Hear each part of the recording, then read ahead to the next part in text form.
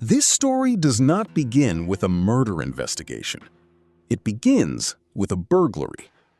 Two masked men break into a widow's house, steal guns and jewelry, and accidentally expose something far worse. Her husband's natural death may not have been natural at all. The house had secrets, the phone had messages, and one stolen safe would crack open a case nobody was supposed to reopen.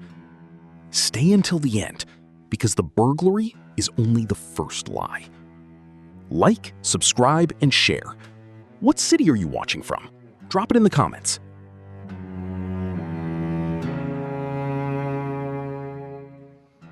In the early morning darkness of September 19th, 2023, two masked figures slipped into a quiet house in Briar Glen, Kentucky. The home belonged to a widow named Lydia Cross. The men moved quickly through the rooms, opening drawers, searching closets, and heading straight for the safe. They stole jewelry, cash, and several firearms. At first, it looked like a burglary. Ordinary, ugly, but simple. But one of those burglars carried a secret. He knew something about a death in that house.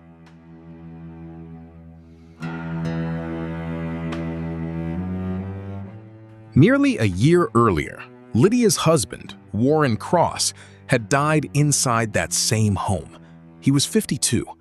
People called him Buddy because Warren was the kind of man who made friends without trying. He worked as a night shift warehouse supervisor, spent his days fixing things around the house, and loved his family with a loyalty that seemed almost old-fashioned. When he died in December 2022, everyone believed his weak heart had finally given out.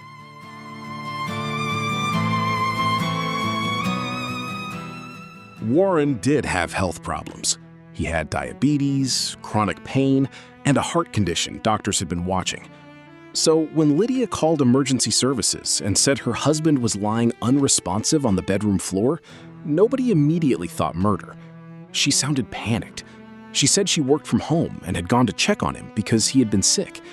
She said he wasn't breathing. The dispatcher talked her through CPR, but nothing worked. Warren was already gone.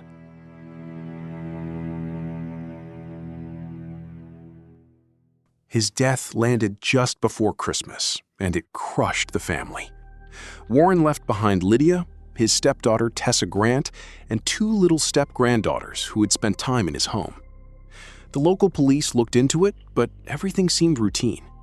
Warren's autopsy listed a heart-related cause of death. No obvious trauma, no clear sign of foul play. There were prescribed painkillers in his system, but nothing shocking. Case closed. Natural causes. At least, that was what everyone believed.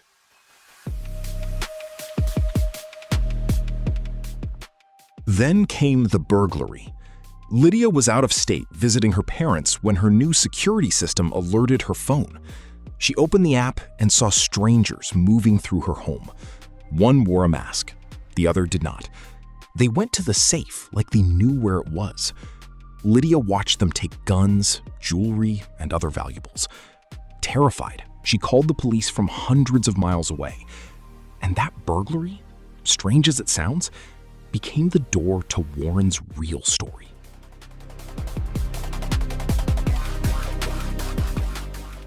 Investigators reviewed the security footage. One burglar had covered his face almost the entire time, but the other gave them a clean enough look. Lydia recognized him. His name was Caleb Price, a 29-year-old man connected to Tessa through local circles.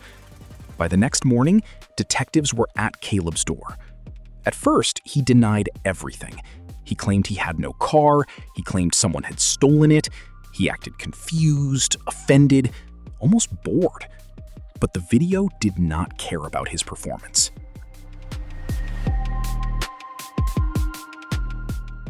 Detectives showed him a still image from the footage. Caleb's confidence began to fracture. They told him the homeowner recognized him. They told him there was video. They told him this could go better if the stolen property came back. Caleb shifted in his chair, smoked nervously, and tried to distance himself from the second man. Then, without being asked, he said something that changed the case. He said Lydia had told him to go into the house.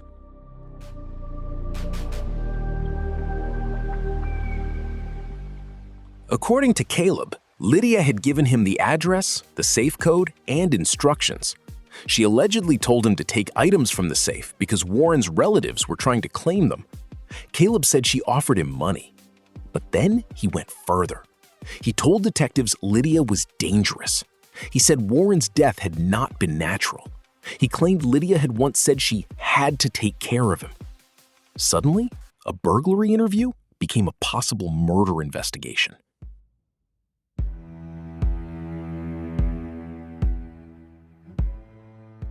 Detectives listened carefully, but they also knew Caleb had a reason to lie. He had just been caught breaking into a house. Blaming the victim or claiming a bigger story could be a way to save himself. Still, the details were too specific to ignore. Caleb said Lydia had hated Warren. He said there had been talk of money. He said Tessa knew things too. He said the family was not grieving the way people thought. The detectives opened the door wider.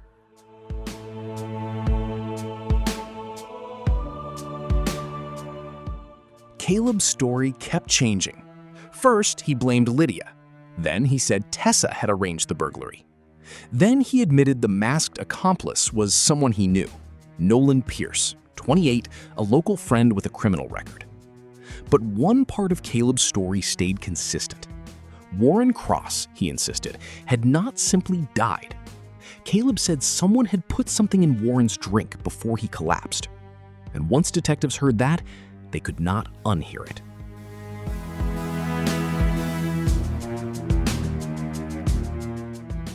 Wait, because this burglary is already turning into something much darker. One man got caught on camera stealing from a widow's safe, then suddenly started talking about her dead husband, a natural death, and a secret nobody was supposed to touch. This isn't just a break-in anymore. This is the moment a closed death case begins to rot from the inside. Like, subscribe, and share if you want the full truth. What city are you watching from? Drop it in the comments.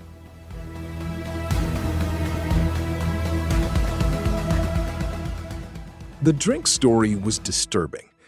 Caleb said Tessa had once described a night when Lydia made Warren a sweet dessert drink and added something extra to it. Warren drank it, then later became sleepy, confused, and sick. Caleb got some details wrong, including the date, but the core of the story matched something investigators could test. If Warren had been poisoned, the first autopsy might have missed it. Not every toxin appears in routine testing. You have to know what to look for.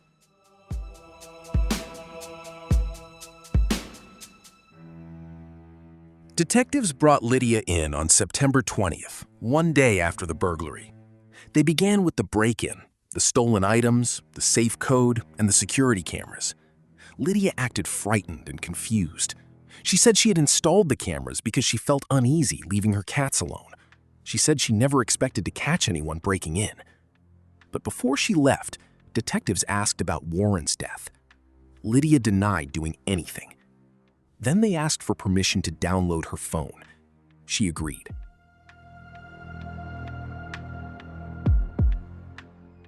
That phone changed everything. Text messages, deleted conversations, purchase records, and search history began telling a story Lydia did not want told. Investigators saw conversations between Lydia and Tessa that looked nothing like innocent grief. They found discussions about dangerous substances, poisonous plants, symptoms, and Warren's worsening condition. They found deleted messages, and the timing mattered.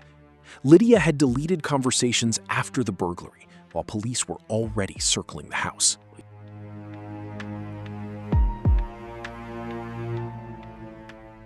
Detectives obtained a warrant and searched Lydia's home.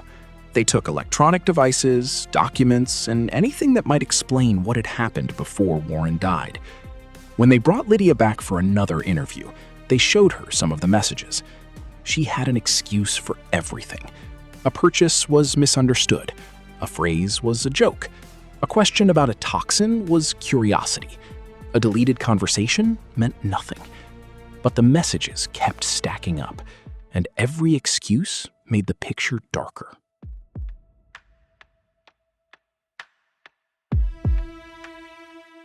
One message showed an order for a colorless industrial chemical. Detectives believed it could be deadly if consumed. Lydia claimed she didn't know anything about it. She said Tessa sent tracking numbers all the time and she never paid attention. But the order had been sent from Lydia's side of the conversation. Another set of messages discussed toxic seeds. Tessa mentioned whether something could be traced. Lydia responded in a way that sounded casual, almost amused.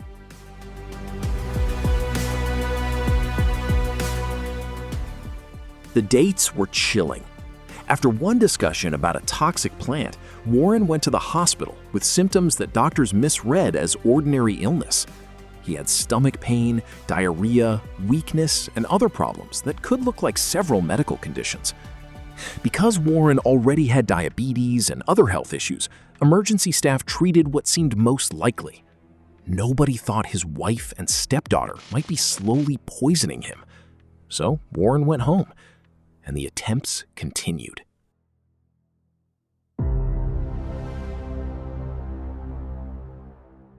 The messages suggested this had been going on for months.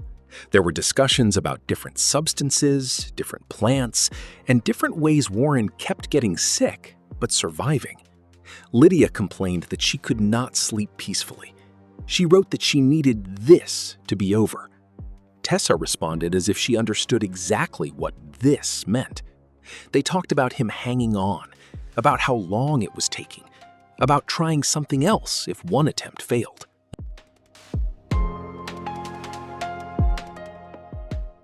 Detectives began to see Warren's hospital visits differently. Each visit had looked isolated at the time. A bad reaction, a flare-up, a chronic illness. But lined up beside the messages, the pattern became horrifying. Warren would get sick after something suspicious was discussed. He would go to the hospital, doctors would treat him, he would recover enough to come home. Then, Lydia and Tessa would discuss another option. He trusted them. He ate what they served. He drank what they handed him.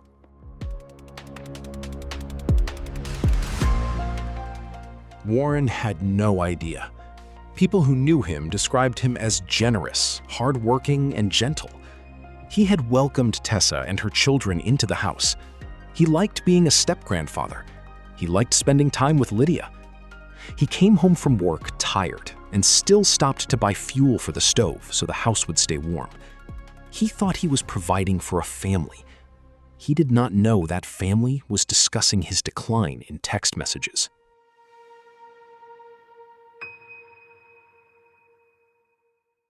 Detectives also found a strange spiritual layer in the conversations.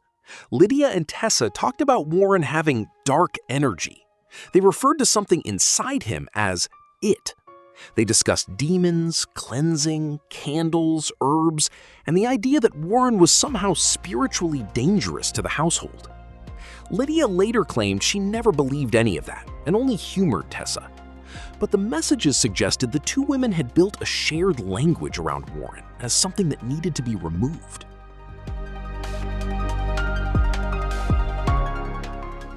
Hold on, because now the story is no longer about one suspicious drink.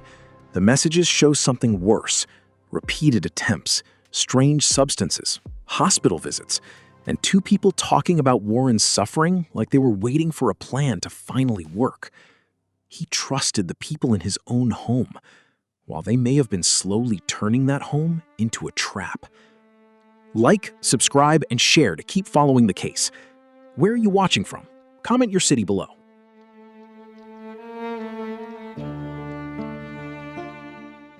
This was not enough by itself. Messages can be twisted. People say dramatic things. But investigators now had a specific substance to search for. They contacted the medical examiner and learned that some of Warren's heart tissue and blood samples had been preserved. They were close to the 1-year cutoff, but still in time. Detectives personally sent those samples to a specialized lab. This time, the lab knew exactly what to test for.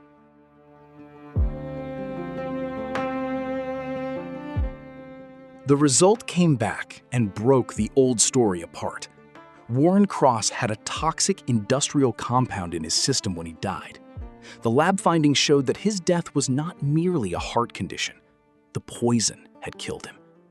The original autopsy had not been wrong because the examiner was careless. It had been incomplete because nobody knew there was a reason to request specialized toxicology. Now they knew. Warren had been murdered.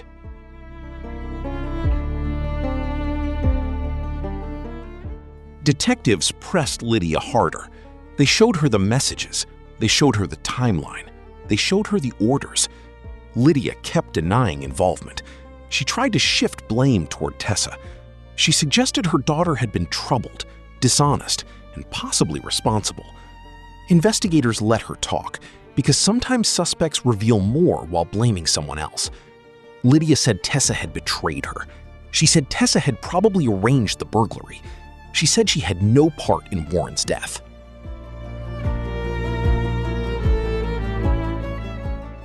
But the detectives did not believe Lydia was simply a helpless mother dragged into something. The messages did not show one woman pushing while the other resisted. They showed coordination. They showed shared frustration. They showed both Lydia and Tessa discussing Warren's symptoms, purchases, and the timing of his decline. One investigator later said he never saw one as more guilty than the other. To him, it was a duo, two people moving toward the same outcome.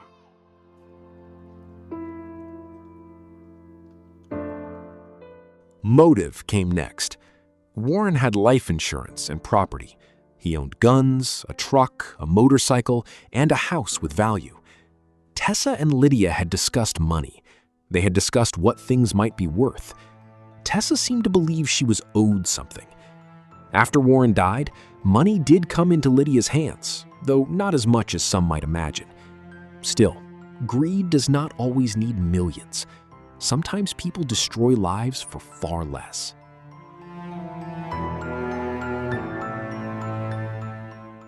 There was also resentment. Lydia's relationship with Warren had soured. They fought, she complained about him. Tessa appeared to feed her anger, and Lydia appeared to accept it. The spiritual language may have made the plan easier to rationalize. If Warren was not just Warren, but dark, demonic, or possessed, then hurting him could be reframed as survival. That is one of the most dangerous things people can do. Rename a person until harming them feels justified.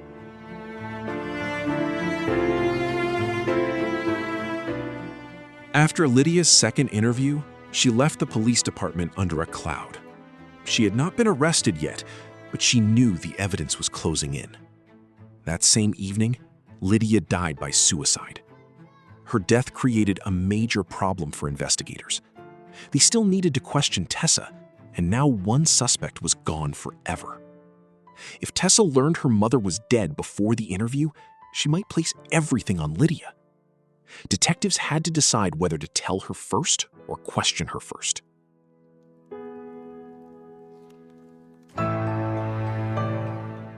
They chose to question her first. Tessa did not yet know her mother was gone. She sat in the interview room and acted like she knew little about Warren's death. She described him as nice. She said they did not talk much. She said her mother never explained what happened. She admitted Lydia complained about money and Warren's spending. When asked about demons, Tessa downplayed it. She said it was probably a metaphor.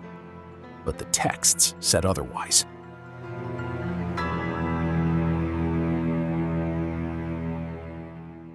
Detectives used the same strategy they had used with Lydia.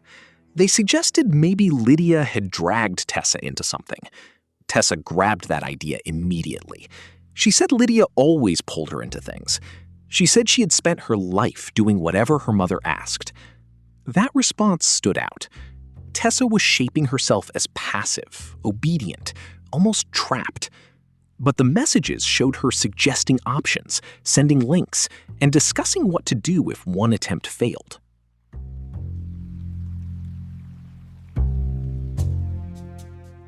Eventually, Tessa admitted she had ordered the toxic chemical for Lydia. She said Lydia had sent her the money. She said she knew Lydia intended to use it on Warren. That admission was huge. But Tessa still tried to stay one step away from responsibility. She claimed she was manipulated. She claimed Lydia begged, pressured, and made life unbearable when she did not get what she wanted. Detectives listened, but they already knew Tessa was not just a victim of her mother's demands.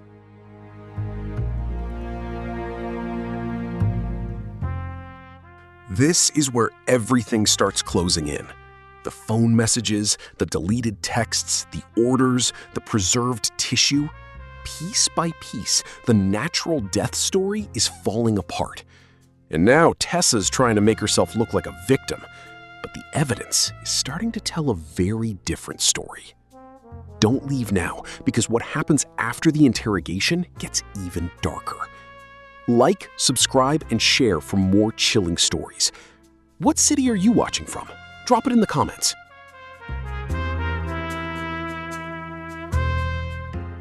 Tessa's own texts revealed cruelty. When Warren suffered, she laughed. When hospital staff sent him home, she mocked the outcome like the system had accidentally helped them. There were smiley faces, jokes, and casual comments while Warren was sick and in pain. This was not the language of someone horrified by what her mother was doing. This was the language of someone waiting for the plan to work, someone impatient, someone involved.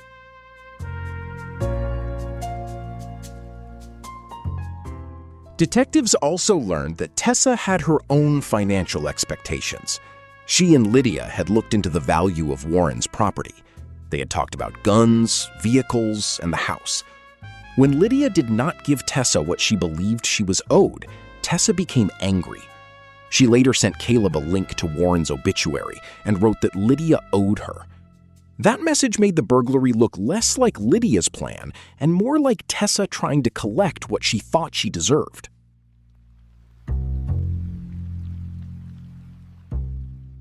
The burglary now made sense in a darker way. If Tessa believed Lydia had withheld money or property after Warren's death, she may have arranged the break-in to steal from the safe. Caleb and Nolan were tools.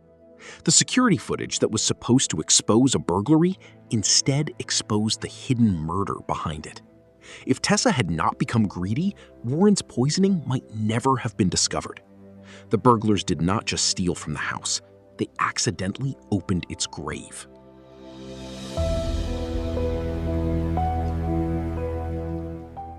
After the interview, detectives finally told Tessa that Lydia was dead. Her reaction was shock, confusion, and grief, but it could not undo what she had already admitted. She was arrested for Warren's murder, conspiracy, and attempted murder related to the earlier poisoning attempts. With Lydia gone, Tessa was the only living person who could stand trial for the full pattern. But even behind bars, she was not finished showing investigators who she really was.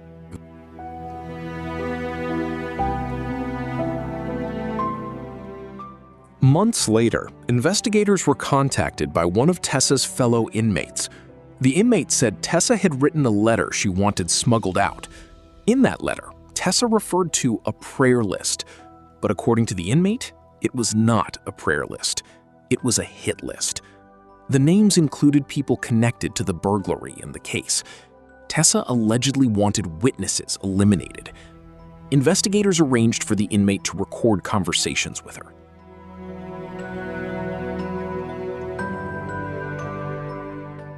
The recordings were difficult to hear, but the message was clear enough. Tessa asked about guns, scopes, and where to shoot someone to kill quickly. She discussed locations, names, addresses, and even maps. One of the proposed targets was her own partner, because that partner had knowledge of the poisoning. This was not the behavior of someone simply coerced by a manipulative mother. This was someone trying to control the case through fear, even from jail.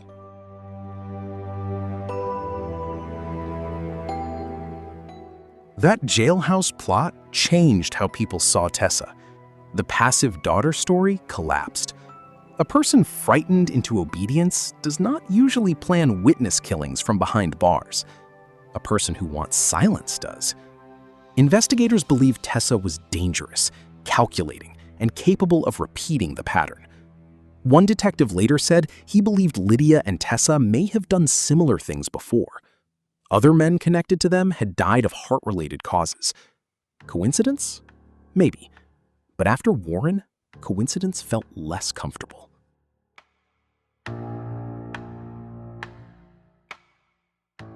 Warren's death had been designed to look medical. That was the genius and horror of it. He already had conditions doctors could point to. His symptoms could be misread. Each hospital visit gave the family another layer of false legitimacy. He was sick, yes, but he was also being made sick. The poison hid behind his real health problems. And because doctors are trained to look for the likely explanation, nobody looked for the monstrous one in the kitchen.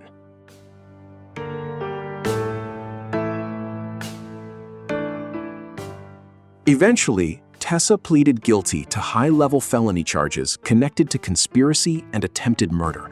She received a 50-year prison sentence. Caleb and Nolan pleaded guilty to burglary and received prison time as well. Lydia was never tried because Lydia was dead. But the evidence left behind in phones, messages, orders, and preserved tissue told the story she had tried to bury. The law could not sentence her, but the truth did.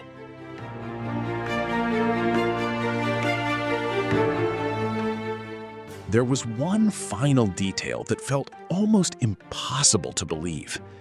Before the burglary exposed everything, Lydia had published a book about grief after losing a spouse. It appeared online just months before the break-in.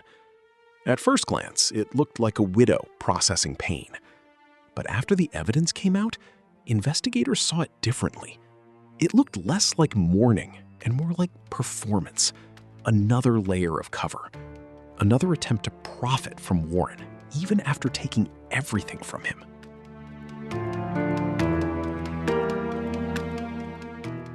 Think about this. If that burglary never happened, Warren's death might have stayed buried forever. No retest, no messages, no investigation. Just a grieving widow, a closed autopsy, and a family secret rotting behind locked doors. But greed made them careless, and one stolen safe cracked open the murder nobody was supposed to find. Like, subscribe, and share if this case shocked you. Where are you watching from? Tell me your city in the comments.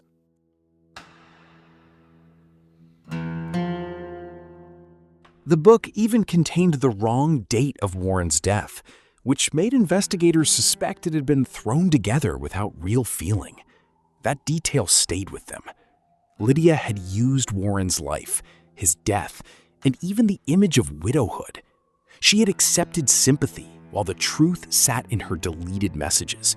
She had cried in public, denied in interviews, and tried to point police at her daughter. But the phone remembered what she tried to erase.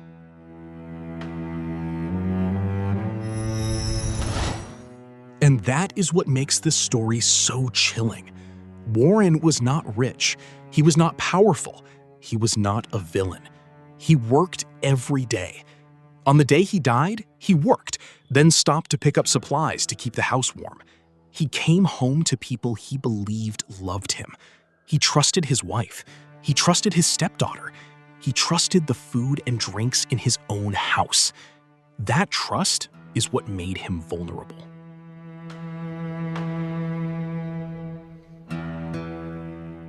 If Caleb had not broken into Lydia's home, this case might have stayed closed forever. Warren's death would remain a natural tragedy. Lydia would be remembered as a grieving widow. Tessa would remain a daughter who lost her stepfather. Doctors would never revisit the symptoms. Detectives would never test the preserved tissue. The messages might never matter. A burglary meant to steal guns and jewelry accidentally revealed a murder.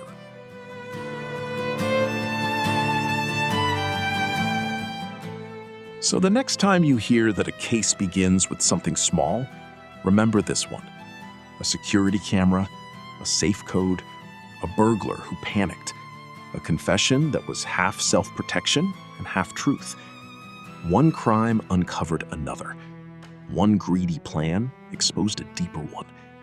And beneath all of it was Warren Cross, a man whose final months were filled with pain he did not understand, caused by people who smiled in the same rooms where he suffered.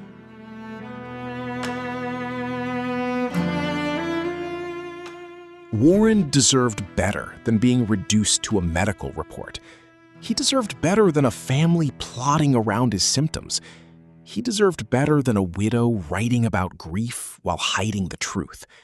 He deserved better than becoming a secret, almost lost to time. In the end, the evidence spoke for him. The cameras spoke.